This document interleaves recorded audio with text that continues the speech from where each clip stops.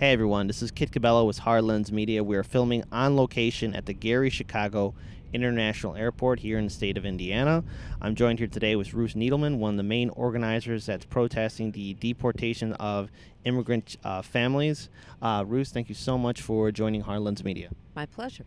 So essentially, your organization, what is the purpose of it, and how long have you been organizing events like this here at the Chicago Gary International Airport? Well, in Gary here, we have fought off 2 attempts by GEO to build an immigrant prison by the airport. That is when I found out, so that was 2 years ago, that they were doing weekly deportations. NWI Resist is an umbrella. It's not really an organization. We welcome everyone to be part of it, and we have been out here since 2017 and the executive order. I think our first demonstration was February or March of last year. What I found out at that time when I was doing my initial research is that they had already deported 19,501 people. And the deportations have increased from 1 bus to 2 buses, sometimes 2 buses, and other vehicles that are kind of moving jails, prisons. And the Sisters of Mercy meet with the immigrants before they get on the bus at Kankakee Prison in Illinois. And they report that there has not been, as of, let's say, 11 or 12 years of this, a single felon. They are family members who got picked up because they were driving without a license. Maybe they picked up for petty issues from drugs to shoplifting, but no criminals. Those folks stay in the jails to make money for the private prisons. And of course now GEO is trying to build an 800-bed facility, one of the largest in the nation, for immigrants just south of Lake County in Roselawn. And there will be someone here from Roselawn who is fighting the GEO prison there. It's really so shameful, it's hard to talk about. The reason they take place here is because back in the 90s, Richard Daley signed a pact with the mayor of Gary. The governor wanted to take the airport away from Chicago, especially O'Hare. And so he created a pact that included O'Hare, Midway, and the Gary Airport. And the Gary Airport, this is hard, the Gary Airport in the contract or the pact says we will only provide support for O'Hare and Midway, which means we do the dirty work. They get passenger service and jobs. There's not a single job created from these deportations because the prisoners come from Illinois, and this airport deports for all of Indiana, all of Illinois, all of Wisconsin, and Kentucky here. Now, up until today, we've only been able to deport people to Brownsville. The flight arrives usually at about 9:30 every week, and it waits for the buses to come.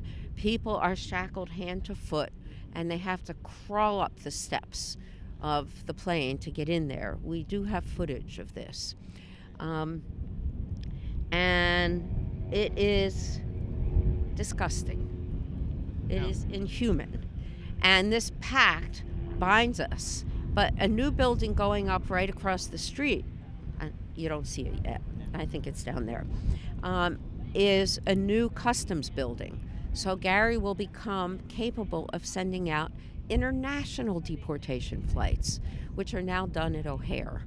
So probably all the deportations will take place in Gary, and Mayor Rahm Emanuel will say, I'm a sanctuary city, I have clean hands. But all of those deportations are going out here. Now, you did mention to me earlier before we started filming that this building, the Gary Jet Center, is brand new, and it actually has a few contracts. New. Okay.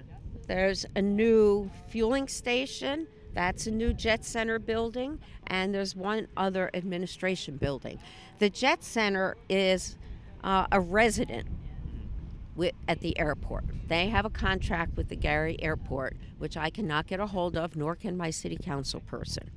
The Jet Center has a contract with World Atlantic, which is the flight that ICE contracts with to fly out of here. The Jet Center services all the flights for ICE. And the city claims to make no money off the deportations, and that is a pack of lies. Our mayor, Karen Freeman Wilson, who had supported very strongly us becoming a welcoming city, went to the Texas border with the mayor's conference to protest these family separations. But under her nose, right here in Gary, every week families are separated. Tens of thousands have been separated here at this airport. And essentially, is there anyone politically at the state level, at least in the state Senate and House in Indiana, or even across state in Illinois or Wisconsin, that have voiced their disapproval of what's happening here? I have a message from my state senator, Eddie Melton, who opposes the deportations. I haven't read it because I have no electricity, so I couldn't look at it. But yes, we have had support from a couple of city council members, from our state senator, and no one else. So no one from Illinois or Wisconsin? No, but we've had a lot of support from Jobs with Justice, Detention Watch, and SEIU. SEIU has provided buses. This will be the third time that there will be a bus coming from Chicago with people who want to protest these deportations. Now, so a lot of people are going to be seeing this interview on our social media. They probably never heard of stuff like this happening, and they probably never heard of your organization. So where can they learn more about your group online, maybe participate in some of these protests that you are planning? Where can they learn more about you online and on social media? We have a Facebook page, NWI Resistance, and we always put up information about protests, and we also put up information about related protests. I also was the host for the June 30th protest, Families Belong Together, in Hammond, and we had over 300 people, which for this area is extraordinary, because this is not an activist area, because it is a colonized, depressed area. Chicago has so much power over this area. They send us the people that get pushed out of the black neighborhoods here. But they come here and they find out we have no schools. We have one public high school left in the city of Gary. We have dumps going up everywhere. We had a huge battle recently about a dump that was to provide Chicago with the ability to dump all their waste across the street from a high school. Now, I think we might have defeated that, but now they're just moved somewhere else, and they buy up land, and then they suddenly come up with a contract. This is Maya Energy, and they're linked in politically. I think many people might have heard about the Calumet area of East Chicago, where 1,100 families were forced to leave because they built the housing project on top of a copper refinery. And it was so toxic that it was something like 500 times the acceptable level of land. That was the East Chicago, Indiana, West Calumet community. That's right. That's right. So for our viewers who are perhaps maybe watching this, maybe maybe choosing not to get involved, what do you want to say to people that are not participating or not getting involved? These people, for the most part, that are being deported were picked up out of the blue. In other words, they had not committed serious crimes, but there are sweeps going on in Chicago, around here. They especially like to go to landscaping companies and to building companies. But essentially, what do you want to say to people that are not choosing to get involved to protest against these events? Well, what I want to say to them is that these are your neighbors, and especially in Gary, the same police that sweep for immigrants sweep for African Americans. And they create a hostile environment in our city. It won't be true today, but we have had up to 50 police. We've had SWAT teams We've had state police, sheriffs, county sheriffs, Gary police, all armed to the hilt, protecting these deportations. And these deportations are part of a nationwide assault on working people's rights. It goes along with the Janus decision that just took rights away from unions in the public sector. It goes right along with the Supreme Court decision that said that if you work non-union and you sign an arbitration agreement, which you sign it or you don't get the job, you no longer have the right to sue. These are coming one after another, left, right, center, everywhere.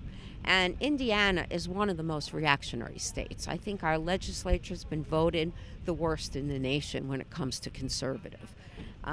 We actually have a law in Indiana that says if you go into the doctor with bronchitis, you have to tell that doctor if you ever had an abortion because it might be implicated. How do you pass laws like that? So for those that don't want to get involved, I'm sure many people are familiar with the saying, they came for the trade unionists, but I was not a trade unionist, so I did nothing. Then they came for the communists, but I was not a communist, so I did nothing. Then they came for the homosexuals, but I was not a homosexual. But then they came for me, and there was no one left to support me. If we don't stand together, given what is happening in this country, here come the police cars, then we will no longer even have a semblance of a democracy. What is under attack is the process of democratic rule. The voting issues, they're about to consolidate some of our districts, the poorest districts where people don't have cars to go to the polls. And there will be this tax cut. People might have thought they got something when they got a little bit back at the last tax returns, but now all the money is going to the wealthiest people. And so it's really critical that people understand that an injury to one is an injury to all. This was an old wobbly saying, the International Workers of the World, and they understood that they always try to divide and rule. Pick off this group, pick off that group. One of the groups, I mean, we talk about refugee rights. I sat thinking, I am really not happy with the fact that I've gone a day and a half without electricity. The people in Puerto Rico have gone a year without electricity, and they are coming in their tens of thousands to the United States. They're not called refugees. They're not counted as refugees, but they are refugees. And they still don't have electricity, and the country is doing nothing. That's part of the United States. Wherever you live, you think you're different, you think they care about you. Look at the jacket that the First Lady was wearing. She just doesn't care, do you? And so all of these things are related to an assault on the democratic institutions of this country. And it is absolutely intentionally racist. It is, I mean, what our president said about those shithole countries was absolutely what he meant. That was Africa, but he meant Latin America too. Right, and thank you. Thank you so much for joining Hard Lens Media. This is Kid, everyone. Peace.